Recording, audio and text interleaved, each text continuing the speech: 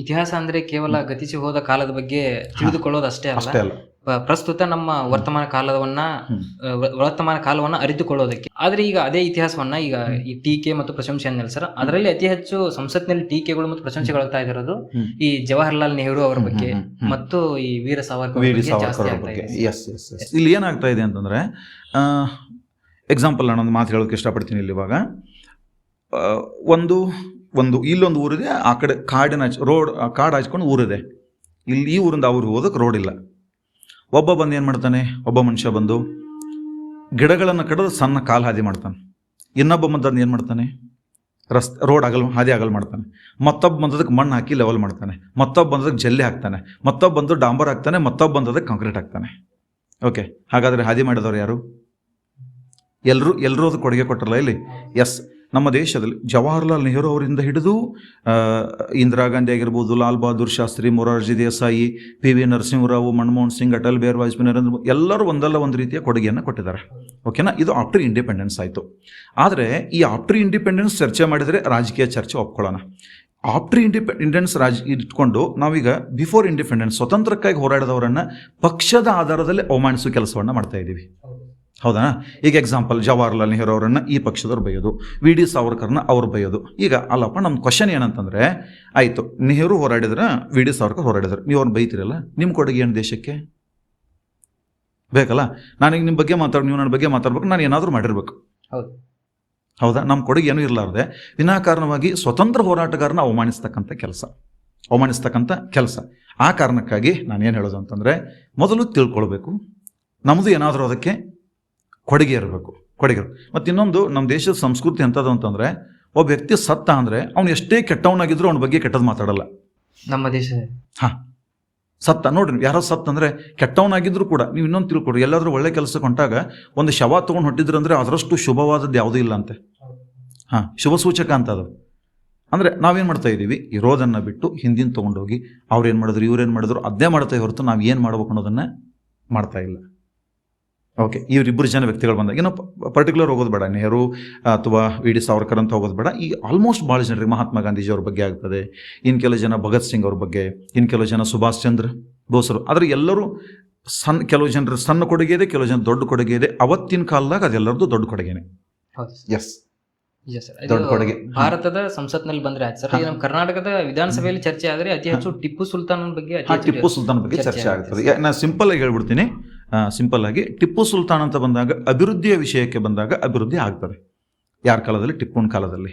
Okay, ಇನ್ನು ಕೆಲವೊಂದಿಷ್ಟು ಈ ದೇವಸ್ಥಾನಗಳ ವಿಷಯ ಅಂತ ಬಂದಾಗ, ಕೆಲವು ಧಾರ್ಮಿಕ ವಿಷಯ ಅಂತ ಬಂದಾಗ ಟಿಪ್ಪುನ ಟೀಕೆ ಮಾಡ್ತಾರೆ. ಸಿಂಪಲ್ ಆಗಿ ಹೇಳ್ಬಿಡ್ತೀನಿ ನಾನು, ಒಂದು ಪಕ್ಷದವ್ರು ಹೇಳುವಷ್ಟು ಒಳ್ಳೆಯವನು ಟಿಪ್ಪು ಅಲ್ಲ, ಇನ್ನೊಂದು ಪಕ್ಷದವ್ರು ಹೇಳುವಷ್ಟು ಕೆಟ್ಟವನು ಟಿಪ್ಪು ಅಲ್ಲ. ಆ ಕಾಲಕ್ಕೆ ಏನು ರಾಜಕಾರಣ ಇತ್ತೋ ಆ ರಾಜಕಾರಣವನ್ನು ಮಾಡಿ ಹೋದವರು ಟಿಪ್ಪು ಸುಲ್ತಾನ್. ಸರ್, ನನಗೂ ಇವುಗಳನ್ನ ಈ ತರ ಚರ್ಚೆಗಳನ್ನ ನೋಡಿದಾಗ ನನಗೂ ಇದೇ ತರ ಅನ್ಸುತ್ತೆ ಸರ್. ಅಂದ್ರೆ ಆ ಕಾಲದಲ್ಲಿ ಏನಾಗಬೇಕಾಗಿತ್ತು ಅದು ಆಗಿದೆ. ಅದನ್ನ ಇವಾಗ ಚರ್ಚೆ ಮಾಡೋದಕ್ಕಿಂತ ನಮ್ಮ ಈ ಪ್ರಸ್ತುತ ಏನು ಪ್ರೆಸೆಂಟ್ ಅಲ್ಲಿ ಯಾವ ತರ ಯೋಜನೆ. ಈಗ ಅಬ್ದುಲ್ ಕಲಾಂ ಅದನ್ನ ಹೇಳ್ತಾರೆ, ಇತಿಹಾಸದಿಂದ ಪಾಠ ಕಲಿಯಬೇಕೆ ಹೊರತು ಇತಿಹಾಸವನ್ನು ಇಟ್ಕೊಂಡು ಯುದ್ಧ ಮಾಡಬಾರ್ದು ಅಂತ ಹೇಳ್ತಾರೆ. ಇತಿಹಾಸದಿಂದ ನಾವೀಗ ಪಾಠ ಕಲಿಯಬೇಕಿದೆ ಹೊರತು ಇತಿಹಾಸವನ್ನು ಇಟ್ಕೊಂಡು ಯುದ್ಧ ಮಾಡಬಾರ್ದು ಅಂತೇಳಿ. ಎಸ್, ಇದು APJ ಅಬ್ದುಲ್ ಕಲಾಂ. ಇದು ನಿಜವಾಗ್ಲೂ ಅದ್ಭುತವಾದಂಥ ಮಾತಿದು. ಅವ್ರೇನು ಒಂದು ವೇಳೆ ತಪ್ಪು ಮಾಡಿದ್ರ, ಆಯ್ತಪ್ಪ ನಮ್ಮ ಮುಂದಿನ ಪೀಳಿಗೆ ಆ ತಪ್ಪು ಮಾಡೋದು ಬೇಡ ಅಂತೇಳಿ ಈ ರೀತಿಯಾಗಿ. ಎಸ್, ಆದ್ರೂ ಈ ಒಬ್ಬ ರಾಷ್ಟ್ರಪತಿ ಆದಂತ ಅಬ್ದುಲ್ ಕಲಾಂ ಅವರು ಈ ತರ ಮಾತು ಹೇಳಿದಾಗ ಸರ್, ಅದನ್ನ ತಿಳಿದುಕೊಳ್ಳಬೇಕಾಗಿರೋದು ನಮ್ಮ ಈ ರಾಜಕೀಯ ಪಕ್ಷದ ನಾಯಕರು, ಈ MLA MPs ಆಗಿರ್ಬೋದು ಪ್ರಸ್ತುತ. ಆದ್ರೂ ಸರ್, ಅವರೇ ಈ MLA MPಗಳು ಈ ಪ್ರಸ್ತುತ ಈ ತರ ಚರ್ಚೆಗಳಿಗೆ ಕಾರಣ ಆಗ್ತಿರೋದೇ ಅವರೇ ಸರ್. ಆದ್ರೂ ಅವ್ರಗಳಿಗೆ ನೀವು ಏನ್ ಹೇಳೋಕೆ ಇಷ್ಟಪಡ್ತೀರಿ ಸರ್? ಈಗ ಅಬ್ದುಲ್ ಕಲಾಂ ಅವರು ಹೇಳಿರೋ ಮಾತುಗಳನ್ನೇ ಇಟ್ಕೊಂಡು ಹೇಳ್ಬೋದು ಸರ್, ನೀವು ಯಾವ ತರದ ಚರ್ಚೆಗಳು ಇನ್ನೂ ಸಂಸತ್ನಲ್ಲಿ ಆಗಬೇಕು? ನಾನು ಒಂದು ಮಾತು ಹೇಳೋಕೆ ಇಷ್ಟಪಡ್ತೀನಿ. ಇಲ್ಲಿ ನೀವು ಕೇಳಿದ್ರಲ್ಲ, ಈಗ ಅಬ್ದುಲ್ ಕಲಾಂ ಅವ್ರು ಹೇಳಿದ ಮಾತನ್ನು ತಗೊಂಡಾಗ, ಇವ್ರು ಏನದಾರಲ್ಲ MLAಗಳಾಗಿರ್ಬೋದು, MP ಆಗಿರ್ಬೋದು, ಇವ್ರು ಯಾವಾಗ ಚೇಂಜ್ ಆಗ್ತಾರಂತಂದ್ರೆ, ನಾ ಕಟ್ಟ ಆ ಪಕ್ಷದ ಅಭಿಮಾನಿ, ಕಟ್ಟ ಈ ಪಕ್ಷದ ಅಭಿಮಾನಿ, ಜೀವನ ಪೂರ್ತಿ ಅದೇ ಪಕ್ಷಕ್ಕೆ ಓಟ್ ಹಾಕ್ತೀನಿ ಅಂತ ಏನು ಜನ ಅದರಲ್ಲ, ಇವ್ರು ಯಾವಾಗ ಬಿಟ್ಟು ಕೆಲಸ ಮಾಡಿದ್ರೆ ಅಷ್ಟೇ ಓಟ್ ಹಾಕ್ತೀನಿ ಅಂತ ಯಾವಾಗ ಚೇಂಜ್ ಆಗ್ತಾರೋ ಅವಾಗ ಅವ್ರು ಇದನ್ನೆಲ್ಲ ಚರ್ಚೆ ಮಾಡೋದು ಬಿಟ್ಟು ಅದನ್ನು ಚರ್ಚೆ ಮಾಡೋದು ಬರ್ತಾರೆ. ಇದು ಮೊದಲನೇದಿದು. ಈಗ ನೀವು ನಾ ಏನೇ ಮಾಡಿದ್ರು ನನಗೆ ಓಟ್ ಹಾಕ್ತಿರೋದು ನನಗೆ ಗೊತ್ತಿದ್ಮೇಲೆ ನಾ ಕೆಲಸ ಯಾಕೆ ಮಾಡ್ಬೇಕು ನಿಮಗೆ? ಹೌದಾ? ಇದು ಒಂದು. ಎರಡನೇದು, ಅವ್ರಿಗೆ ಏನು ಹೇಳೋದಕ್ಕೆ ಇಷ್ಟಪಡ್ತೀನಿ ಅಂದ್ರೆ, ನಾನು ಉಪೇಂದ್ರ ಒಂದು ಕತೆ ಹೇಳಿದ್ರು, ನಮ್ಮ ರಿಯಲ್ ಸ್ಟಾರ್ ಉಪೇಂದ್ರ. ಎಮ್ಮೆ ಕಳ್ಳತನ ಮಾಡೋಕ್ಕೆ ಬರ್ತಾರಂತೆ 4 ಜನ ಕಳ್ಳರು. ಎಮ್ಮೆ ಕಳ್ಳತನ ಮಾಡೋಕ್ಕೆ ಬಂದಂಥ 4 ಜನ ಕಳ್ಳರು, ಒಬ್ಬ ಏನು ಮಾಡ್ತಾನೆ, ಎಮ್ಮೆ ಕೊಳ್ಳೇನು ಗಂಟೆ ಬೀಸ್ತಾನಂತೆ, ಗಂಟೆ ಕಟ್ಟಿರ್ತಾರಲ್ಲ ಅವ್ನು, ರಾತ್ರಿ ಹೊತ್ನಾಗ ಗಂಟಿ ಬಿಚ್ಚಿ ಅವ ಗಂಟಿ ತೊಗೊಂಡು ಈ ಕಡೆ ಓಡಿ ಹೋಗ್ತಾನಂತೆ. ಇನ್ನು ಉಳಿದವರು ಎಮ್ಮೆ ಅಂತ ತೊಗೊಂಡು ಈ ಕಡೆ ಓಡಿ ಹೋಗ್ತಾರೆ. ಆ ಮನೆಗೆ ಎಮ್ಮೆ ಮಾಲಕರೇ ಮಾಡ್ತಾರೆ, ಎಮ್ಮೆ ಕೊಳ್ಳ ಗಂಟಿ ಇರ್ತದೆ, ಗಂಟಿ ಬಾರಿಸಿರ್ತದೆ, ಎಮ್ಮೆ ಈ ಕಡೆ ಹೊಂಟದ ಅಂತ ಈ ಕಡೆ ಓಡಿ ಬಿಡ್ತಾರೆ ಅವರು. ಅಷ್ಟೊತ್ತಿಗೆ ಈ ಎಮ್ಮೆ ತೊಗೊಂಡೋದ್ರು ದೂರ ಹೋಗ್ಬಿಡ್ತಾರೆ, ಮುಂದೆ ಎಮ್ಮೆ ಗಂಟೆ ಹೋಗೋದು ಹೋಗ್ಬಿಡ್ತಾನೆ ಆ ಕಡೆ. ಅಂದರೆ ಇಲ್ಲಿ ಏನಾಗ್ತಾ ಇದೆ, ಇದೇನು ನಮ್ಮ ಶಿಕ್ಷಣ ಮೂಲ ಸೌಕರ್ಯ ಇವೆಲ್ಲ ಚರ್ಚೆ ಆಗಬೇಕಿತ್ತಲ್ಲ, ಇದು ಚರ್ಚೆ ಆಗೋದು ಬಿಟ್ಟು ಏನಾಗ್ತಾ ಇದೆ, ಈ ಎಮ್ಮೆ ಬೆಣ್ಣತ್ತಿಲ್ಲ, ನಾವು ಗಂಟೆ ಬೆಣ್ಣತ್ತಿದ್ದೀವಿ ಇಲ್ಲಿ. ಅಷ್ಟೊತ್ತಿಗೆ ಎಮ್ಮೆ ಹೊಂಟುಬಿಟ್ಟದ, ಇವಾಗ ಹೊಂಟುಬಿಟ್ಟದ. ಅವ್ರಿಗೆ ಏನು ಹೇಳೋದು ಅಂತಂದ್ರೆ ನಾನು ಕನ್ಸ್ಟ್ರಕ್ಟಿವ್ ಆಗಿ ಈಗ ಆಗೋದು ಆಗಿ ಹೋಗ್ಯದ, ಮುಂದೆ ಏನಾಗಬೇಕಿದೆ ಇವಾಗ ಅಷ್ಟೇ, ಮುಂದೆ ಏನಾಗಬೇಕು ಅದು ಅಷ್ಟೇ ವಿಚಾರ ಮಾಡಬೇಕು ಇವಾಗ. ಆ ಕಾರಣಕ್ಕಾಗಿ ಅವರೆಲ್ಲರಿಗೂ ಅವರಂತೂ ಚೇಂಜ್ ಆಗಲ್ಲ. ಅವ್ರು ಯಾವಾಗ ಚೇಂಜ್ ಆಗ್ತಾರಂದರೆ ನಾವು ಯಾವಾಗ ಕ್ವಶನ್ ಮಾಡೋಕ್ಕೆ ಸ್ಟಾರ್ಟ್ ಮಾಡ್ತೀವೋ ಅವಾಗ ಅವ್ರು ಚೇಂಜ್ ಆಗ್ತಾರೆ, ಅಲ್ಲಿವರೆಗೆ ಅವರು ಚೇಂಜ್ ಆಗಲ್ಲ. ಪ್ರಜಾಪ್ರಭುತ್ವದೊಳಗೆ ಅತೀ ಮುಖ್ಯವಾದಂಥ ಅಂಶ ಅಂತಂದರೆ ಆಳುವವರನ್ನು ಪ್ರಶ್ನಿಸುವುದು. ಅವ್ರು ಆಳುವವರಲ್ಲ, ಜನಪ್ರತಿನಿಧಿಗಳು.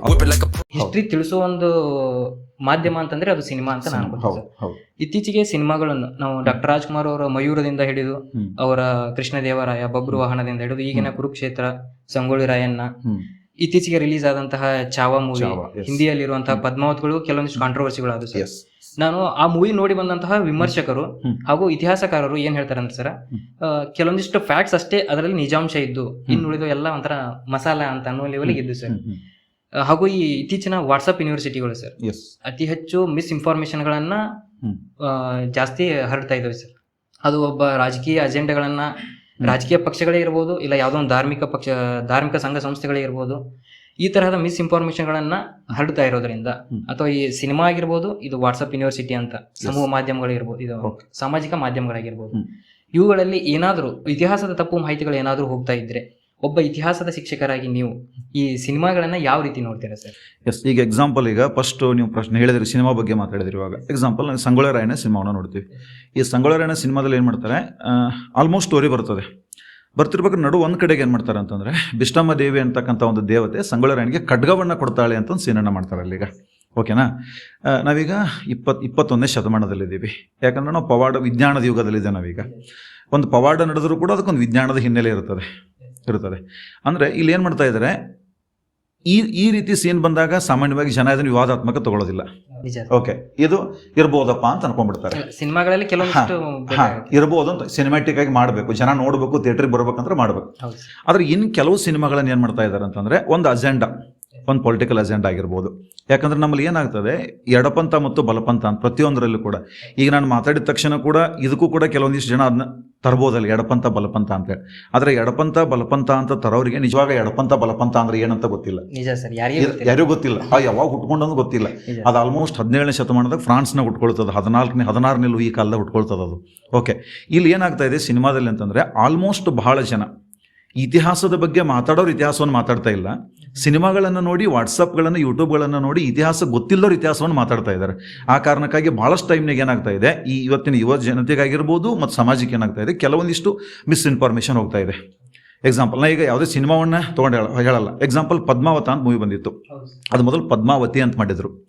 ಪದ್ಮಾವತಿ ಅಂತ ಮಾಡಿದಾಗ ನಾನು ನೋಡಿದೆ, ಅವರು ಪ್ರೆಸ್ ಮೀಟ್ ಮಾಡ್ತಿದ್ರು. ಪ್ರೆಸ್ ಮೀಟ್ ಮಾಡ್ತಿರ್ಬೇಕಾದ್ರೆ ಹೇಳ್ತಾರೆ, ಇಲ್ಲ ಇದು ರಾಣಿ ಪದ್ಮಿನಿಯ ಕತೆ ಅಂತ ಹೇಳ್ತಾರೆ.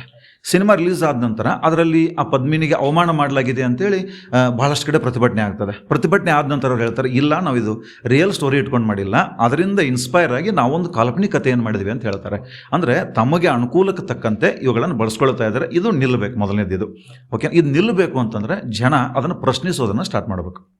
ಇದು ಒಂದು. ಆಮೇಲೆ ಇನ್ನೊಂದು ಏನಾಗ್ತಾ ಇದೆ ಅಂತಂದರೆ, ಸೋಷಿಯಲ್ ಮೀಡಿಯಾದಲ್ಲಿ ಬರ್ತಕ್ಕಂಥದ್ದನ್ನು ನಾವು ನೋಡ್ತಾ ಇದ್ದೀವಿ, ಸುಮ್ಮನೆ ಕಣ್ಮುಟ್ಟು ಶೇರ್ ಮಾಡ್ತೀವಿ ನಾವೀಗ. ಅದು ಸತ್ಯನೋ ಸುಳ್ಳು ಅನ್ನೋದನ್ನು ವಿಚಾರ ಮಾಡಲ್ಲ. ಈ ಇತಿಹಾಸ ಅಂತ ಬಂದಾಗ ಯಾವುದಕ್ಕೆ ದಾಖಲೆ ಇರ್ತದೋ ಅದು ಮಾತ್ರ ಇತಿಹಾಸ, ಯಾವುದಕ್ಕೆ ದಾಖಲೆ ಇರೋದಿಲ್ವೋ ಅದು ಕೇವಲ ಕಥೆ ಆಗ್ತದೆ ಅಷ್ಟೇ. ಅದು ಕೇವಲ ಏನಾಗ್ತದೆ, ಕಥೆ ಆಗ್ತದೆ. ಆ ಕಾರಣಕ್ಕಾಗಿ ಇಂದಿನ ಜನತೆ ಈ ಡಿಜಿಟಲ್ ಯುಗದಲ್ಲಿ ಭಾಳಷ್ಟು, ಇವತ್ತು ನಮ್ಗೆ AI ಕೂಡ ಇದೆ.